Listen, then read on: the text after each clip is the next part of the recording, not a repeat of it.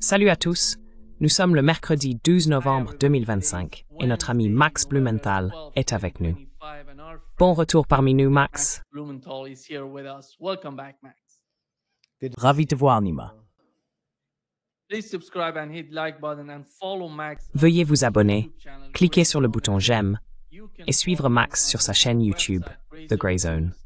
Vous pouvez également le suivre sur son site web, Grey Zone News. Alors Max, je voudrais commencer par ton dernier article sur ton site. Il porte sur la petite amie de Kash Patel et le procès intenté contre ce podcasteur d'extrême droite. On dirait que Kash Patel prend les choses personnellement. Comment va-t-il influencer le processus? Que se passe-t-il avec Chutbami et Septipam Lois?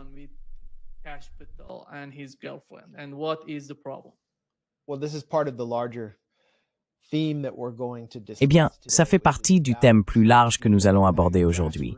La base MAGA, la base conservatrice et surtout la base militante jeune du Parti républicain, qui se révolte ouvertement contre la direction du parti et contre l'administration Trump en raison de l'influence israélienne sur Trump et son entourage, y compris son directeur du FBI. En décembre 2024, alors qu'il cherchait à obtenir la faveur d'Israël pour garantir sa nomination et sa confirmation en tant que directeur du FBI, il a déclaré dans une interview sur Fox News que l'Amérique devait donner la priorité à Israël. Ainsi, Kash Patel a connu plusieurs mois très difficiles en tant que directeur du FBI. Des mois historiquement mauvais pour tout directeur du FBI. Tout a vraiment commencé en juillet, lorsque le FBI a signé un mémo avec le département de la justice recommandant de ne pas publier les dossiers Epstein.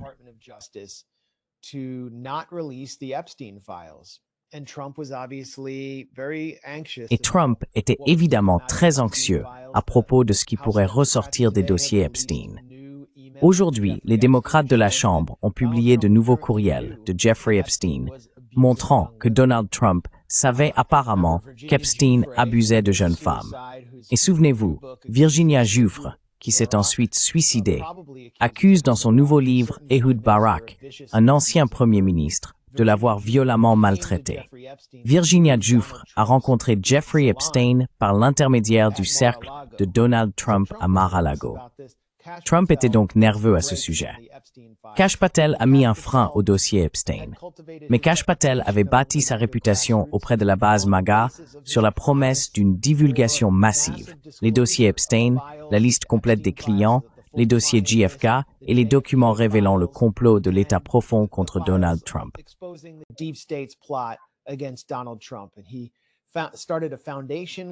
Et il a créé une fondation appelée Fight with Kash, censée intenter des procès punitifs contre tous les ennemis de l'État profond de Donald Trump.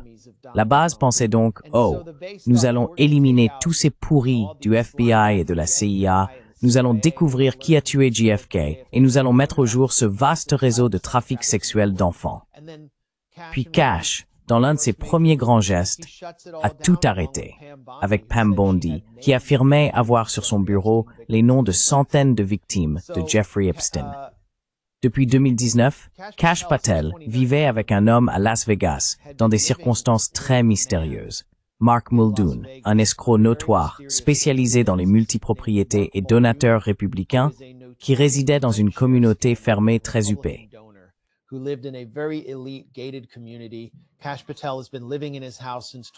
Kash Patel vit dans sa maison depuis 2019. Ils ont voyagé ensemble en Écosse.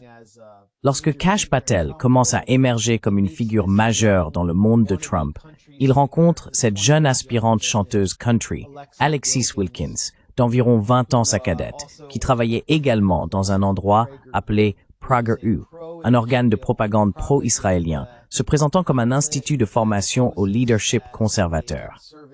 Et cet organisme est dirigé par, je sais que ça peut sembler confus maintenant, mais cela vous aidera à comprendre ces procès, une certaine Marissa Strait, elle-même ancienne agente du renseignement israélien de l'unité Wheel 200.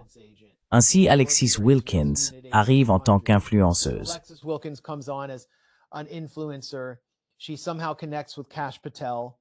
D'une manière ou d'une autre, elle entre en contact avec Kash Patel. Lorsqu'il devient directeur du FBI, leur relation est révélée. et elle se retrouve sous les projecteurs à ses côtés, bien qu'ils ne soient pas mariés. Elle se fait en quelque sorte passer pour sa compagne, ou l'est réellement. Et la foule en ligne, en colère du mouvement MAGA, America First, commence à élaborer une théorie selon laquelle Alexis Wilkins serait en réalité un appât du Mossad. Ils affirment qu'elle est liée au Mossad, parce que selon eux, PragGRU serait une couverture du renseignement israélien mise à la disposition de Kash Patel pour le manipuler, obtenir les secrets de l'Amérique et s'assurer qu'il ne divulgue pas les dossiers Epstein, puisque Jeffrey Epstein semble lui-même avoir été un agent du Mossad.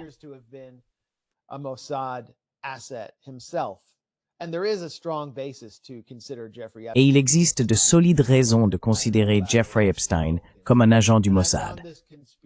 Je ne sais rien à propos d'Alexis Wilkins, et j'ai trouvé cette théorie du complot plutôt amusante et révélatrice de la colère de la droite face à la trahison totale de Trump, à celle de Kash Patel et à propos d'Epstein.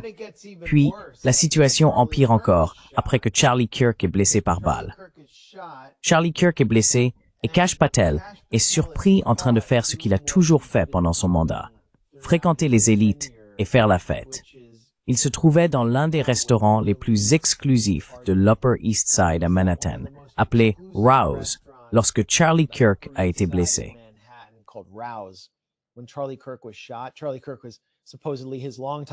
Charlie Kirk était censé être son ami de longue date.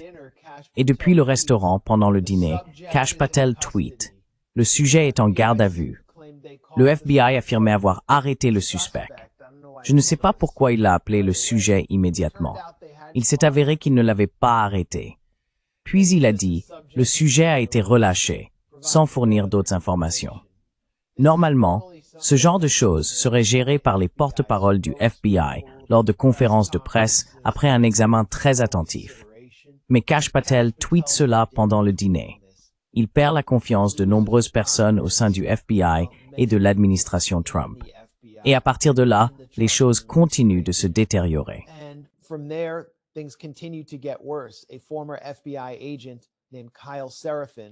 Un ancien agent du FBI, nommé Kyle Seraphin, un agent ultra-conservateur, proche du mouvement MAGA, révèle que Kash Patel utilise son jet privé pour s'envoler à des rendez-vous galants avec sa petite amie. Il s'est rendu en Pennsylvanie pour la voir chanter l'hymne national lors d'un événement de catch professionnel. Et que fait Kash Patel? Il licencie le vétéran du FBI qui était responsable de leur flotte de jets, ceux utilisés pour les enquêtes d'urgence, comme lorsqu'un enfant disparaît. Puis, il fait pression sur les sites de suivi de vol en ligne qui surveillent son jet afin qu'il cesse de le suivre. Voilà quelle a été sa réaction.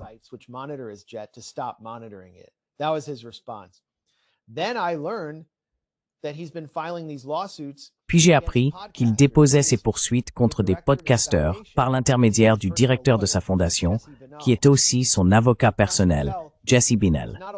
Donc, Kash Patel ne s'en prend pas à l'état profond. Il s'en prend au podcasteur America First, comme Elijah Schaffer, quelqu'un qui contribuait à façonner le récit du mouvement pro-Trump pendant l'ère Biden. Il s'attaque à la propre base de soutien de Trump. Pourquoi? Parce qu'ils ont plaisanté sur le fait que sa petite amie serait un appât du Mossad. Et par l'intermédiaire de la présidente du cabinet d'avocats de sa fondation, Alexis Wilkins, il poursuit ces personnes, Elijah Schaffer, Kyle Seraphin et quelqu'un nommé Sam Parker, pour 5 millions de dollars chacun, pour avoir insinué qu'elle serait un appât du Mossad. Et il est évident que cela vient de Kash Patel.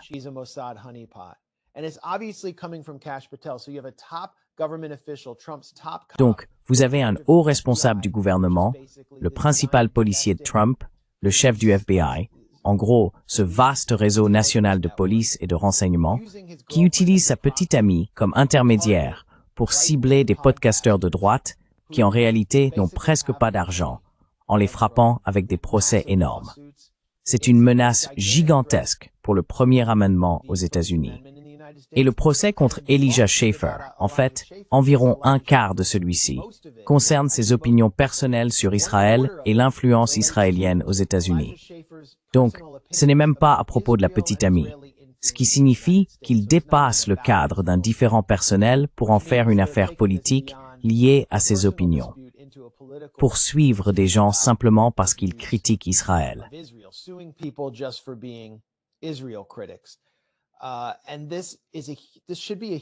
Et ça devrait être un énorme scandale. C'est déjà un énorme scandale au sein de la base de droite et en ligne. Mais les grands médias américains étaient au courant de ces procès depuis longtemps. Je veux dire, ils en avaient connaissance depuis plusieurs jours. Et si vous cherchez des reportages à ce sujet, il n'y a en gros que de petits extraits, sans contexte, qui ont à peine suscité la moindre attention. Ce n'est que lorsque j'ai rapporté cela en détail que je suis allé voir l'avocat d'Elijah Schaffer, puis celui de Kash Patel, et que j'ai commencé à développer l'affaire, que cela a vraiment éclaté pour devenir le grand scandale que c'est aujourd'hui. Et cela alimente le conflit. Cela contribue à attiser le conflit que nous voyons à droite au sujet de l'influence israélienne, qui divise complètement la droite.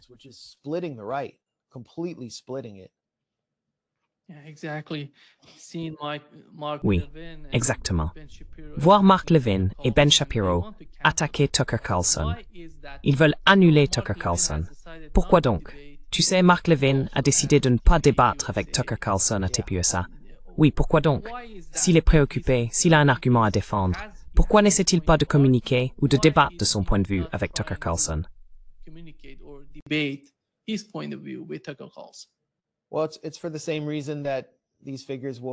Eh bien, c'est pour la même raison que ces figures refusent de débattre avec moi. Elles perdraient. Mark Levin serait exposé devant ce qui est censé être sa propre base. Il se ferait huer. Le public serait entièrement du côté de Tucker Carlson. L'autre raison, c'est qu'il ne doit pas y avoir de débat. Dans le monde de Mark Levin et de Ben Shapiro, les organisations de droite comme TPUSA, qui sont liées à la direction du Parti républicain et représentent en gros le conservatisme incorporé, sont contrôlées par leurs donateurs, par la classe des donateurs, composée en grande partie de milliardaires sionistes, juifs et chrétiens. Il ne peut donc pas y avoir de débat, car s'il y en avait un, certaines vérités dérangeantes s'y glisseraient et commenceraient à ouvrir les yeux de la jeunesse, la base du mouvement conservateur.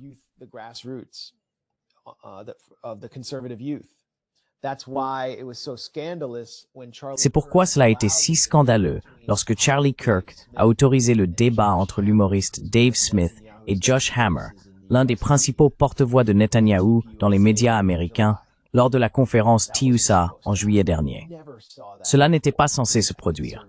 On n'avait jamais vu cela auparavant dans les organisations conservatrices. Ainsi, Tucker Carlson a rapporté à Mark Levin dans une série de messages. Mark Levin étant un autre des principaux propagandistes de Netanyahou sur Fox News, qu'il y avait cette proposition de débat. Et Mark Levin a répondu « Je ne ferai jamais ça. Tu es répugnant. » Tucker Carlson l'a traité de lâche, ce qu'il est. Et cela a pratiquement clos l'affaire. Il n'y a pas de débat.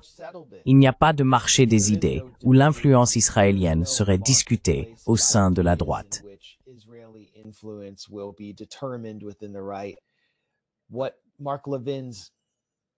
Ce que l'équipe de Mark Levin entend faire, ce n'est pas de répondre à l'opinion ou à l'avenir du mouvement conservateur, c'est-à-dire les conservateurs de moins de 40 ans, mais d'exercer le pouvoir de la classe des donateurs, de la classe des milliardaires sionistes, afin de faire taire ce débat. Et c'est exactement ce qu'ils viennent de faire à la Heritage Foundation, le groupe de réflexion le plus important et le plus influent lié au Parti républicain. Wenaftakunan, où le président Kevin Roberts avait lancé un appel à un débat et défendu Tucker Carlson après qu'il a invité Nick Fuentes. Kevin Roberts a ensuite été soumis à 2 heures d'humiliation rituelle de la part de son personnel et menacé par des donateurs. L'un d'eux a même menacé de retirer $500,000.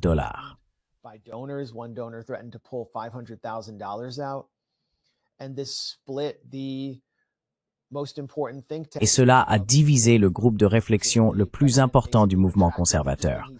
Le président revenant essentiellement sur tout ce qu'il avait dit en défense du débat et déclarant qu'il regrettait d'avoir défendu Tucker Carlson. C'est très clair. Dans la mesure où il existe une base conservatrice, il est très clair pour tous qu'elle considère que la direction est essentiellement artificielle, choisie par les donateurs à travers un processus antidémocratique, et qu'elle a perdu toute crédibilité. Mais la manière dont la coalition de George W. Bush, néoconservatrice, républicaine libérale, la coalition centriste, pro-guerre de Nikki Haley, Marco Rubio, Mark Levine, Dick Cheney, va tenter de reprendre le contrôle, c'est par sa capacité à imposer le contrôle des donateurs. Et à cet égard, ils sont en train de gagner.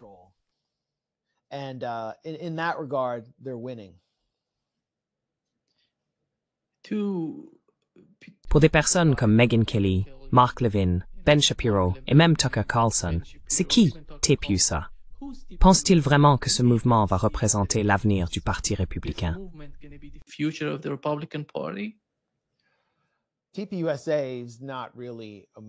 TPUSA n'est pas vraiment un mouvement, mais ils sont capables d'organiser ces extravagances dignes du Super Bowl parce qu'ils ont énormément d'argent. Sans Charlie Kirk comme figure de proue charismatique, ils n'ont pas vraiment de personnalité convaincante directement affiliée à l'organisation.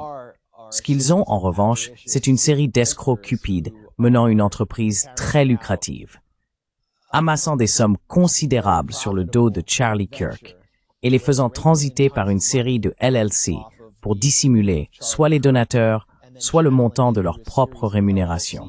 Également via une série de pseudo-organisations à but non lucratif sans employés, afin de se verser des salaires faramineux. Je veux dire, c'est quelque chose qui se produisait déjà quand Charlie Kirk était là. Mais maintenant, il ressemble à un navire fantôme, très rentable.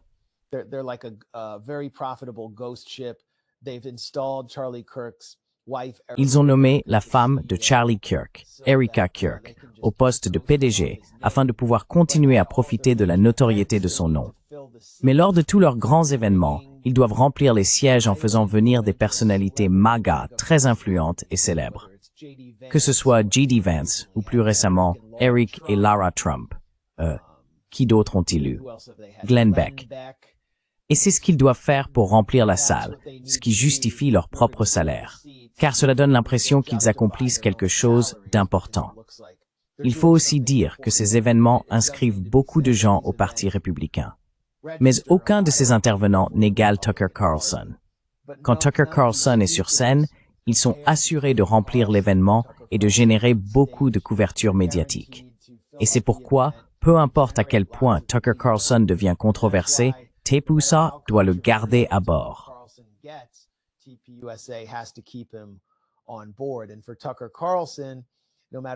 Et pour Tucker Carlson, peu importe à quel point il veut être controversé ou combien d'attaques il doit endurer, il peut à peu près dire ce qu'il veut, tout en conservant sa crédibilité en tant qu'influenceur conservateur majeur qui fait avancer le Parti républicain, tant qu'il garde ce lien avec TPUSA. Tucker Carlson va prendre la parole lors de la grande conférence de TPUSA en décembre, et je pense que ce sera un moment déterminant, car il fera face à de nombreuses attaques. Il y a eu beaucoup de pression pour qu'il lui retire sa carte. Mais continuera-t-il à intervenir lors de leurs événements en 2026? C'est la question. Je sais qu'il y a de la pression venant de certaines sections locales de TPUSA pour annuler la venue de Tucker Carlson, en particulier de la part de certains présidents de sections plus sionistes qui sont davantage sous l'influence de la faction pro-israélienne.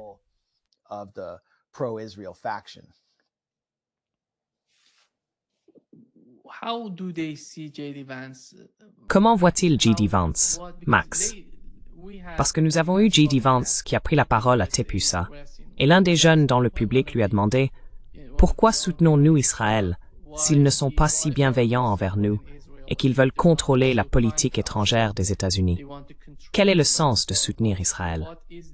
Il a essayé de répondre de manière politique, mais ensuite, nous avons vu les sionistes attaquer J.D. Vance. Alors, qui est J.D. Vance pour Israël, et que pense-t-il vraiment de lui?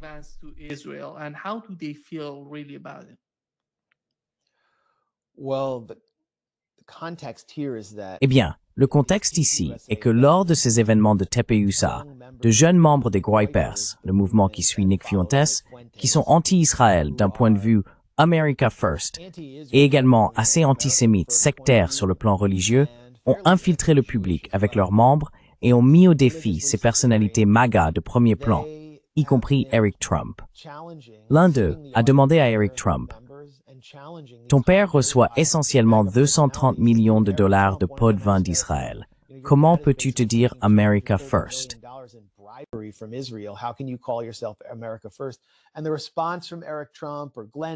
Les réponses d'Eric Trump, de Glenn Beck ou de J.D. Vance sont assez pathétiques. Ils ne sont manifestement pas passionnés par la cause pro-israélienne et semblent embarrassés. Ils n'ont tout simplement pas l'habitude de recevoir ce genre de questions, car ils ne les entendent jamais sur Fox News. J.D. Vance a en réalité effrayé l'élite sioniste qui contrôle le Parti républicain sur ces questions, avec sa réponse à un jeune Groyper qu'il a interrogé sur le nettoyage ethnique à Gaza et a déclaré « Les Juifs ne sont pas nos alliés ». Il n'a même pas remis en cause l'idée de nettoyage ethnique à Gaza. J.D. Vance n'est tout simplement pas personnellement très passionné par Israël. J.D. Vance is not actually personally very passionate about Israel. You could tell actually when he went to Israel. On pouvait le voir en fait, quand il est allé en Israël en tant que gardien, pour essayer de maintenir l'élan et de faire respecter ce cessez-le-feu fragile inauguré par Trump. J.D. Vance n'a pas embrassé le mur. Il n'est pas allé au mur occidental cette fois. Il s'est retrouvé en conflit avec la Knesset israélienne, qui a adopté une résolution appelant à l'annexion de la Cisjordanie, et J.D. Vance a qualifié cela de stupide.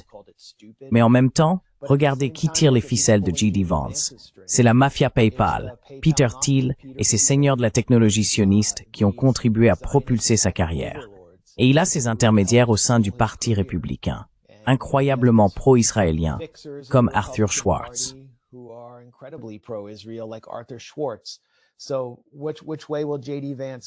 Alors, quelle direction J.D. Vance va-t-il prendre? Il n'y a aucun moyen de tracer une voie médiane. J.D. Vance a essayé de se présenter comme une sorte de modéré, quelqu'un de réaliste en matière de politique étrangère. Mais on ne peut pas tracer de voie médiane dans le Parti républicain d'aujourd'hui, pas avec la prépondérance du pouvoir détenu par ses donateurs sionistes comme Adelson, Bernard Marcus et Ike Perlmutter. Sur la question de l'Iran ou du conflit israélo-palestinien, il n'y a pas de terrain d'entente possible.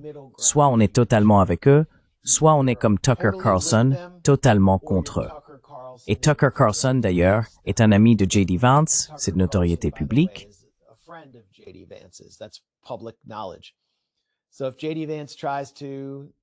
Donc, si J.D. Vance essaie d'emprunter une voie menant à une solution à deux États, ou quelque chose qui semble modéré, les sionistes le verront comme un ennemi et tenteront de l'empêcher de remporter l'investiture de 2028. Et c'est là qu'intervient Marco Rubio. Marco Rubio est entièrement de leur côté. C'est une créature du lobby pro-israélien dont la carrière a été financée et soutenue par Paul Singer. Paul Singer est en quelque sorte son macro, le capitaliste vautour d'Elliott Capital Management, farouchement pro-israélien. Ainsi, Marco Rubio emmènera cette classe de donateurs avec lui contre J.D. Vance, à moins que J.D. Vance ne se soumette et n'obéisse.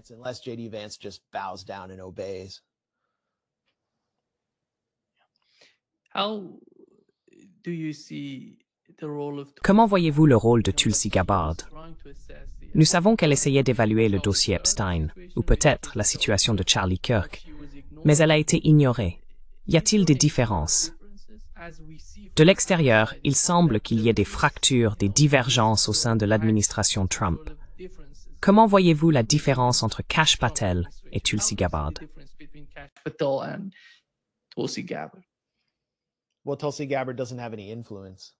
Eh bien, Tulsi Gabbard n'a aucune influence.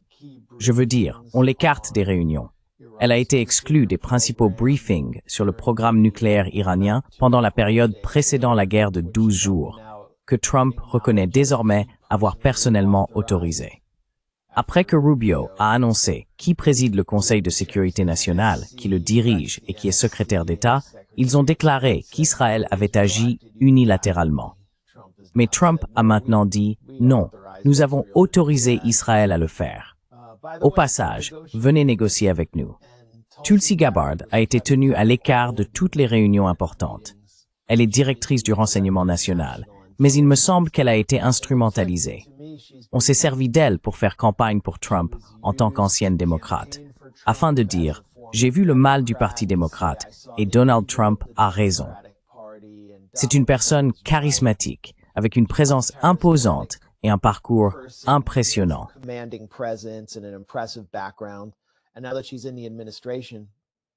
Et maintenant qu'elle fait partie de l'administration, elle peut faire bien peu pour contrer les rouages de la machine de guerre néoconservatrice, qui dispose désormais du plus grand et du plus avancé des porte-avions américains, l'USS Gerald Ford, stationné dans les Caraïbes, prêt à attaquer le Venezuela.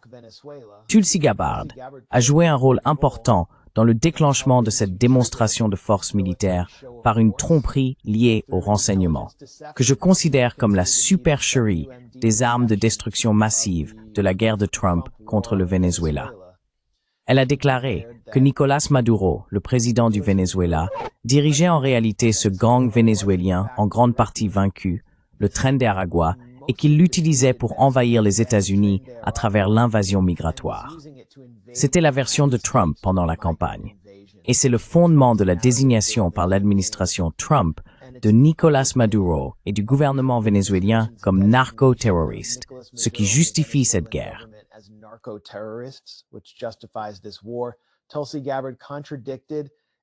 Tulsi Gabbard a contredit un rapport de renseignement américain déclassifié qui concluait que Maduro n'avait aucun lien avec le Tren de Aragua et n'y était pas impliqué. En réalité, ses forces de sécurité le combattaient.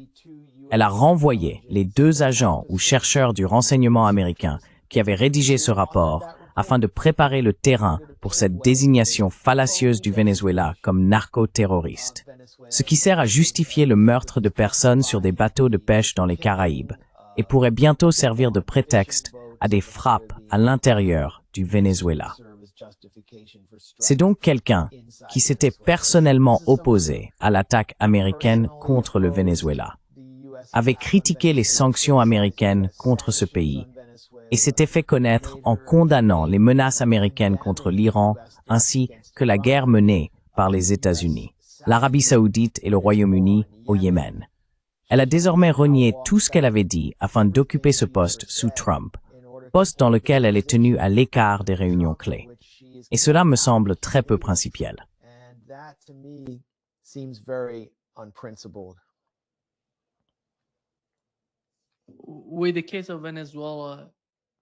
Dans le cas du Venezuela, l'objectif principal, Max, au Venezuela, le problème, ce sont le pétrole et les ressources du Venezuela. Parce que si c'est bien cela, les États-Unis pourraient simplement conclure un contrat. Je ne sais pas, le Venezuela serait prêt à vendre son pétrole aux États-Unis. Mais il semble que Donald Trump veuille quelque chose au-delà de cela. Qu'est-ce que c'est? Quel est l'objectif principal au Venezuela? Nous savons que Tulsi Gabbard, comme tu l'as mentionné, a déclaré que le changement de régime ne profiterait pas aux États-Unis. L'histoire nous l'enseigne. Mais comme tu l'as dit, elle est totalement en dehors du cercle des décideurs à Washington.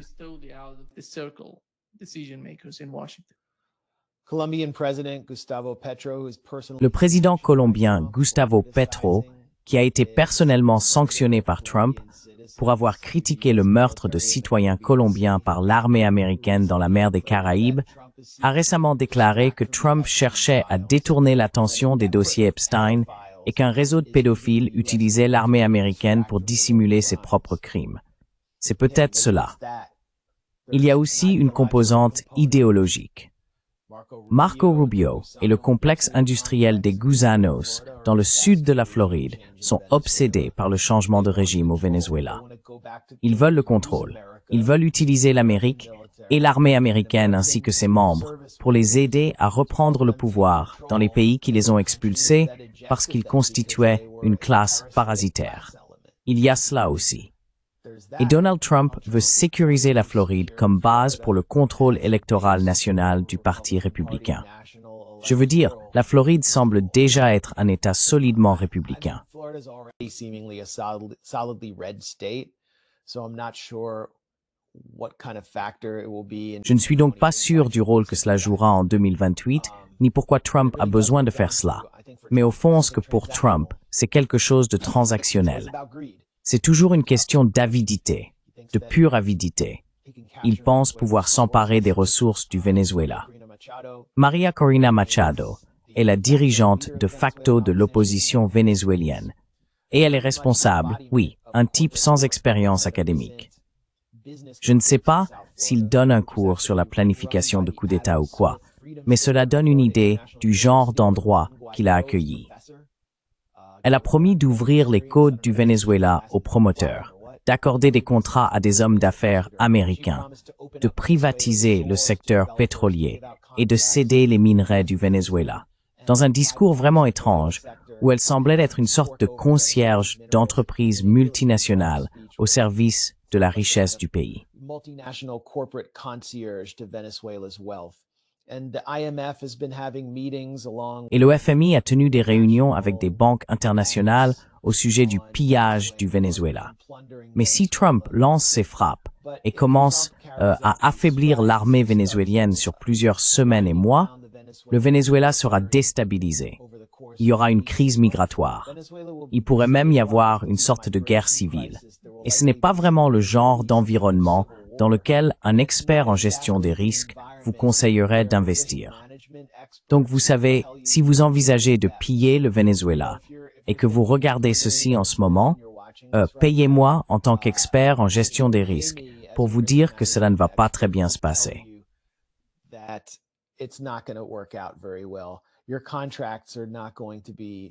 Vos contrats ne vont pas être, ce ne sera pas un très bon investissement. Et il y a ces personnages louches et douteux proches de Trump qui ont travaillé à l'intérieur et à l'extérieur de l'administration, créant différentes sociétés de conseil pour essayer de décrocher des contrats le lendemain de Maduro. L'une d'elles s'appelle Javelin Advisors. Une autre, qui n'existe plus, avait été fondée par le chef de l'équipe de sécurité de Trump et s'appelait Global Governance.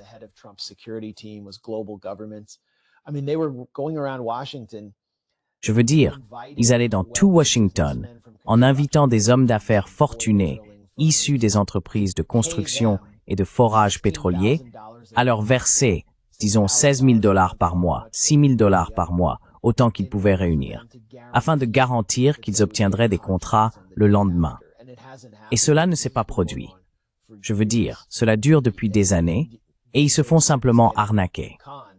Donc je ne pense pas... Enfin, est-ce que les États-Unis ont fait baisser les prix du pétrole en volant le pétrole irakien lors d'une opération qui s'appelait à l'origine Operation Iraqi Liberation, et que l'administration Bush a dû renommer parce que c'était trop évident? Ont-ils réussi à sortir le pétrole de Syrie? Je veux dire, ils ont détruit l'économie syrienne, mais la plupart du pétrole est parti sur le marché noir. Et Donald Trump s'en est publiquement plaint. Je ne pense pas qu'ils réussiront à sortir le pétrole du Venezuela non plus.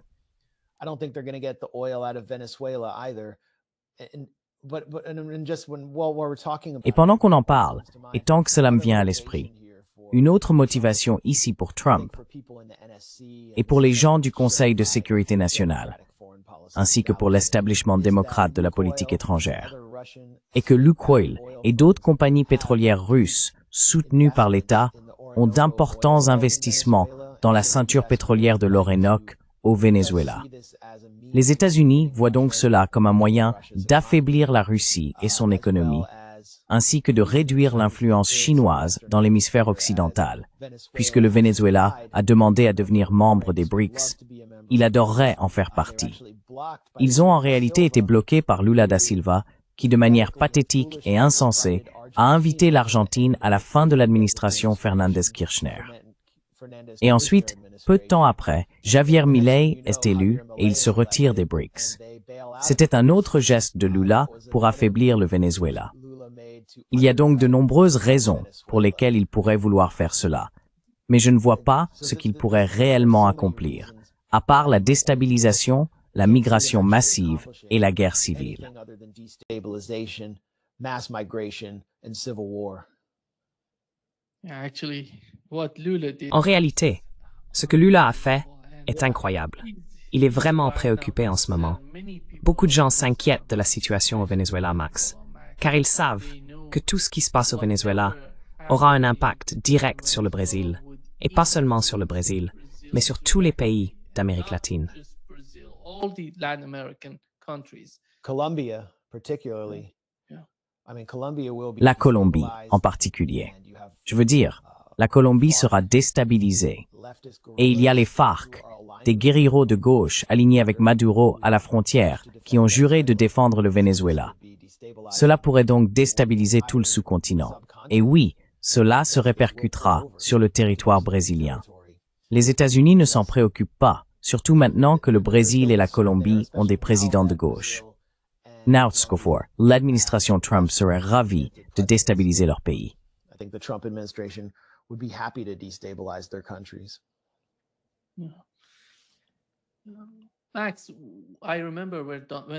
Max, je me souviens quand Donald Trump est apparu pour la première fois sur la scène politique, en tant que candidat à la présidence. Le moment décisif, si je me souviens bien, c'est lorsqu'il parlait de la guerre en Irak. Il y était opposé. Et chaque fois qu'il s'exprimait, il affirmait être contre l'establishment aux États-Unis. Mais en regardant ce qui s'est passé avec le prix Nobel de la paix et la rhétorique de l'administration Trump, tous deux allant dans la même direction, vers un changement de régime au Venezuela, peut-on tracer une ligne entre Donald Trump et l'establishment américain, ou bien sont-ils devenus la même chose?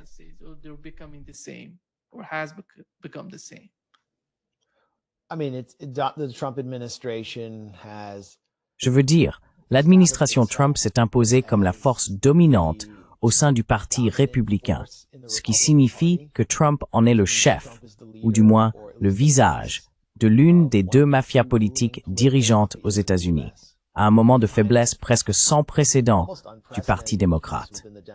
Donald Trump a subi de lourdes pertes lors des élections de mardi dernier, et cela s'explique par le fait que le public américain souffre de la crise du coût de la vie.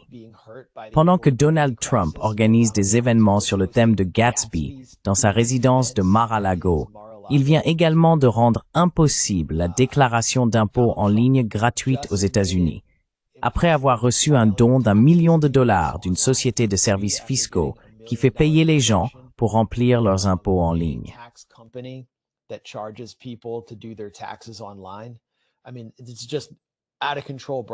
Je veux dire, c'est de la corruption incontrôlée à tous les niveaux.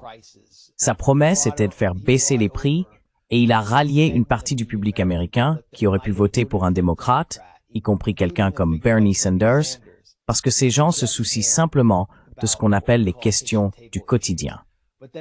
Mais au sein de la base républicaine, la base dure de Trump, les partisans du mouvement MAGA, ceux qui se sont soulevés le 6 janvier, ils s'attendaient à une guerre totale contre l'État profond. Au lieu de cela, ce qu'ils obtiennent, c'est un retour du néoconservatisme et des plus grands fantasmes de Dick Cheney. Je veux dire, Donald Trump a promu John Bolton, le fier artisan de coup d'État autoproclamé, tandis que Trump réalisait le rêve de Bolton de mener une guerre contre le Venezuela. Of waging a war on Venezuela. The Israel issue is La question d'Israël est un problème que les médias américains refusent de reconnaître. Elle prend une importance démesurée parmi les jeunes membres de la base MAGA, incarnant en quelque sorte la trahison et la compromission de Donald Trump et du mouvement America First, l'idée qu'il serait sous le contrôle d'un pays étranger. Donc, c'est fini. Tout le concept de rendre sa grandeur à l'Amérique, les casquettes rouges et les promesses de Donald Trump de mettre fin aux guerres et d'être un président de la paix, sa prétention à mériter le prix Nobel de la paix, tout cela s'est révélé être une vaste imposture pour quiconque y prête attention. Mais il reste encore une partie du pays qui fait confiance à Donald Trump et croit en tout ce qu'il fait. is doing. There just may not be Il se peut simplement qu'ils ne soient pas assez nombreux pour constituer la pluralité nécessaire afin d'assurer la victoire de votre successeur, J.D. Vance. Quelqu'un qui n'a pas le même charisme que Trump, qui ne bénéficie pas de la même notoriété nationale, ni du même parcours personnel, qui n'était pas une star de la télévision, ni le propriétaire, vous savez, de franchises de football, ni connu à New York pour posséder des immeubles luxueux plaqués or. Je ne pense pas que l'avenir de leur mouvement soit prometteur. Mais tout cela se résume vraiment à certaines questions que les médias américains ne veulent pas aborder. Et je pense que nous en avons parlé pendant les 40 dernières minutes environ. Tous ceux qui regardent cela comprennent la force de ces questions aux États-Unis en ce moment.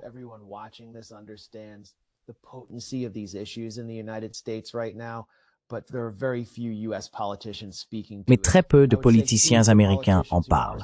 Je dirais que deux d'entre eux sont Thomas Massie et Marjorie Taylor Greene. Eux, ils ont compris. Ils viennent de la base républicaine de droite. Ils étaient des figures du mouvement MAGA. Et maintenant, ils sont attaqués par le réseau politique de Donald Trump et par Israël. Thomas Massie affronte un adversaire financé à hauteur de 20 millions de dollars par la belliciste israélienne du Likoud, Miriam Adelson. Marjorie Taylor Greene fait face à des menaces similaires dans sa circonscription en Géorgie. Cela montre à quel point Donald Trump s'est vendu, car ces personnalités, selon moi, expriment l'esprit et l'idéologie originelle de l'America First, lorsque Donald Trump est apparu sur le devant de la scène.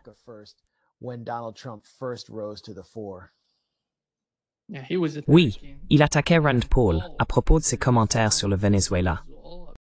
D'accord. Tu sais, il faisait littéralement partie des rares républicains qui ont soutenu Donald Trump pendant l'affaire du Russiagate, et il s'en fiche complètement.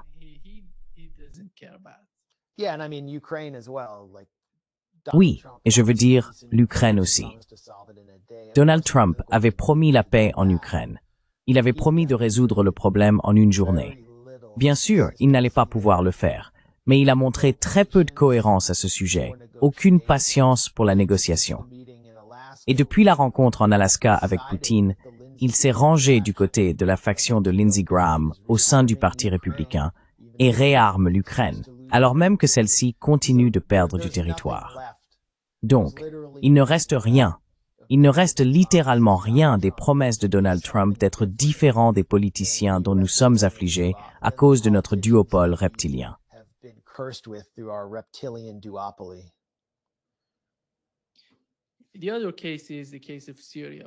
L'autre cas, c'est la Syrie. Nous avons eu Al-Jolani Al-Shara venant aux États-Unis, parlant et rencontrant Donald Trump. Alors, quelle est la politique des États-Unis, Max, en ce qui concerne la Syrie? Parce que Donald Trump parlait de retirer les troupes de Syrie, et maintenant, il en envoie là-bas.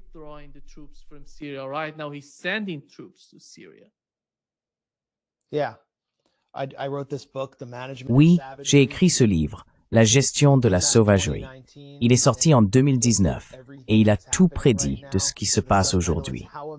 Le sous-titre est « Comment l'État de sécurité national américain a alimenté la montée d'Al-Qaïda, de l'État islamique et de Donald Trump ». Et maintenant, le fondateur de la branche syrienne d'Al-Qaïda, ancien chef adjoint de l'État islamique, a rencontré Donald Trump à la Maison-Blanche et a obtenu une interview amicale sur Fox News. Je veux dire, de combien de preuves supplémentaires avez-vous besoin pour confirmer ma thèse, qui a été violemment attaquée non seulement par les néoconservateurs, mais aussi par des gens de gauche, comme Owen Jones, Mehdi Hassan et ce type de drop site. Comment s'appelle-t-il déjà? J'oublie toujours son nom. Mais, vous savez, j'ai toujours été attaqué par eux à cause de ce que je disais sur la Syrie.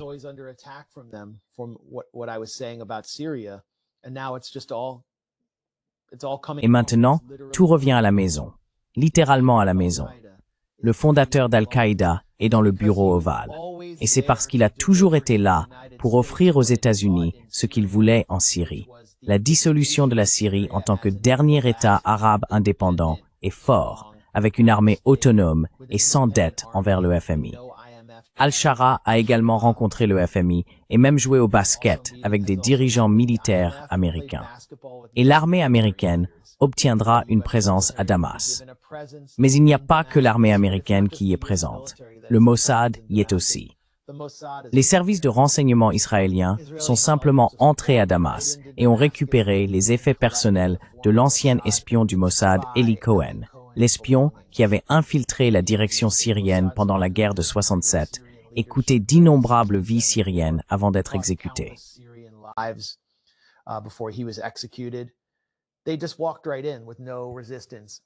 Ils sont simplement entrés sans rencontrer de résistance. Voilà la réalité de la Syrie aujourd'hui.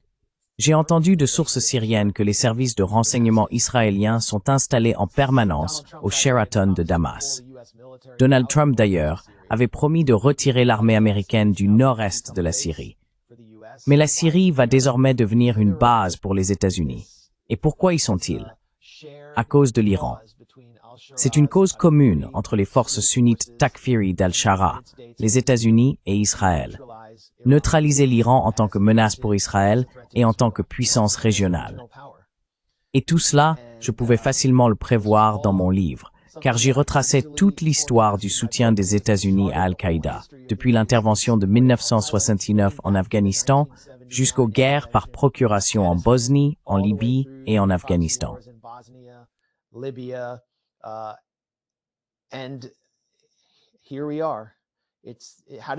Nous y voilà. Comment cela est-il arrivé? Est-ce que quelqu'un se demande comment cela se produit? Y a-t-il le moindre doute que les services de renseignement américains ont soutenu ces organisations depuis le début pour aboutir précisément à ce résultat? Et que cela sera une catastrophe pour la région? Non, mais j'ai dû subir attaque après attaque pour l'avoir dit trop tôt. Je pense que la pire chose que l'on puisse faire aux États-Unis, le pays le plus imprégné de propagande au monde, c'est d'avoir raison trop tôt. On peut parler de la CIA et de ce qu'elle faisait il y a 40 ou 50 ans dans le New York Times, mais on ne peut pas parler de ce qu'elle fait aujourd'hui, ni des conséquences que cela aura.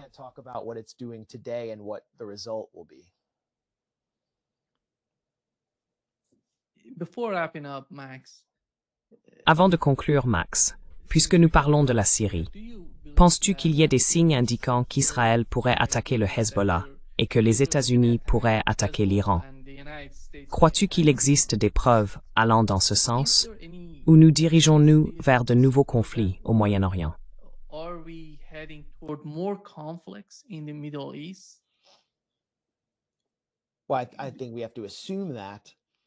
Eh bien, je pense que nous devons partir du principe qu'Israël attaque actuellement le Hezbollah. Il bombarde le sud du Liban chaque jour depuis 2 semaines. Vont-ils lancer une invasion terrestre?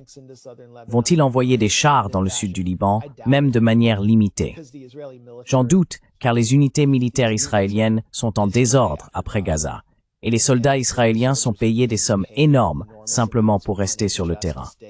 Les réservistes israéliens gagnent plus d'argent que le travailleur israélien moyen ne gagne en travaillant très dur chaque mois. Ils passent d'une unité à l'autre, et les unités ne conservent plus la même cohésion. Le public israélien est épuisé après 2 ans de génocide. Donc, je pense que ce que nous allons voir, c'est une sorte d'opération de tonte de la pelouse contre le sud du Liban, sans aucun égard pour le cessez-le-feu avec le Hezbollah.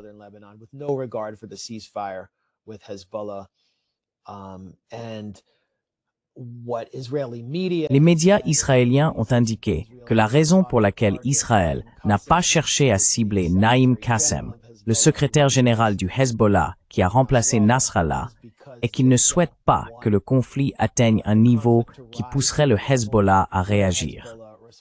Ils estiment que le Hezbollah dispose encore d'environ 20 000 roquettes et missiles, capables de causer des dégâts considérables dans le nord d'Israël.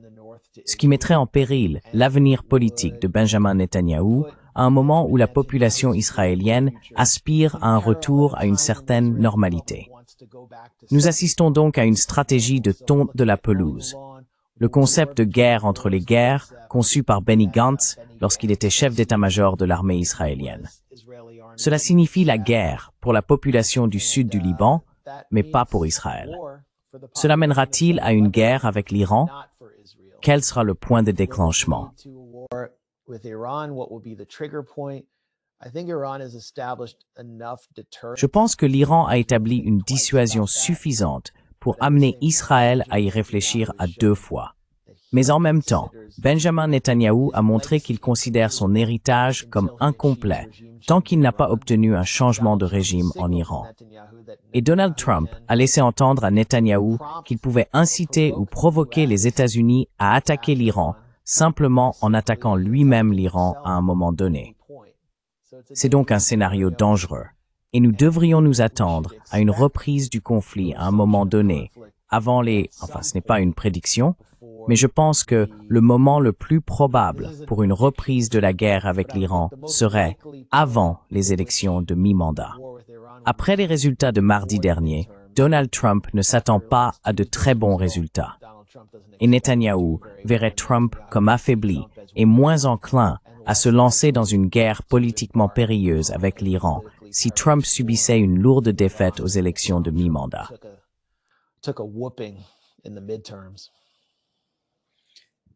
Juste avant de conclure. C'était juste avant que nous terminions. Le dernier était juste avant que nous terminions. Je sais, je me sens bouclé. Ça devient une vidéo d'otage, Nima. Mais Max, l'élection municipale à New York soulevait beaucoup de questions. Qui est Zohran Mamdani et pourquoi est-il important? Parce que d'un côté, on voit des gens s'opposer à lui. Les sionistes investissent plus de 100 millions de dollars pour le contrer.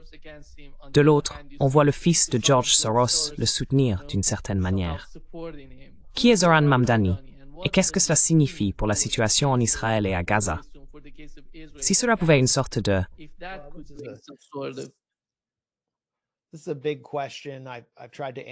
C'est une grande question. J'ai essayé d'y répondre lors de nos diffusions en direct sur The Grey Zone et nous en avons parlé, je crois, la semaine dernière. Nous verrons qui est Zohran Mamdani.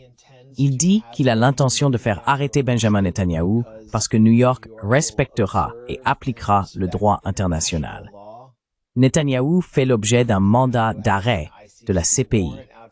Rappelez-vous, Netanyahou a ordonné les frappes aériennes pour tuer Hassan Nasrallah depuis sa chambre d'hôtel à New York, où les a approuvées, et il approuvait des frappes aériennes sur le Liban pendant un voyage à New York. C'est donc significatif. Nous verrons s'il met cela à exécution.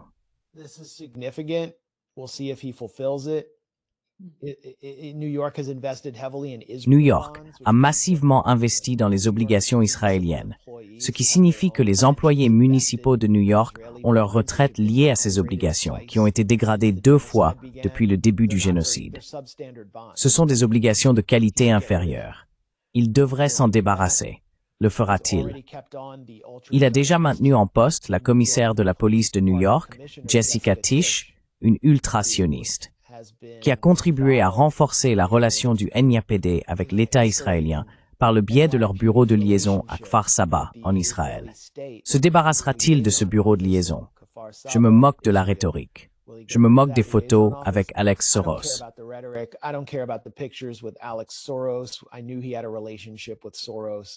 Je savais qu'il avait une relation avec Soros. L'un de ses principaux conseillers, Patrick Gaspard, était l'ancien directeur de la fondation de Soros. Tout cela est bien connu. Mais il doit joindre le geste à la parole. Et cela signifie passer à l'action. Et il sera mis à l'épreuve, car cette députée new-yorkaise, complètement cinglée, son nom est quelque chose comme Aina Verlekova, j'oublie son nom, s'est rendue à des événements publics en portant un drapeau israélien en guise de jupe. C'est une fanatique absolue, une vraie Koudnik. Elle a annoncé qu'elle inviterait Netanyahou à New York le premier jour du mandat de Mamdani. Donc, ils vont le mettre à l'épreuve, et nous verrons bien.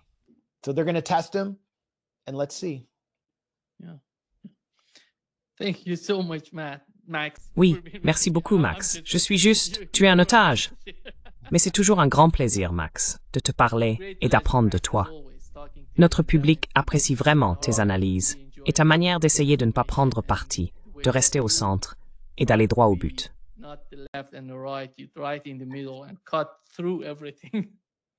Well, Eh bien, merci Nima. Vous traitez très bien vos otages. Quelle hospité remarquable. great hospitality.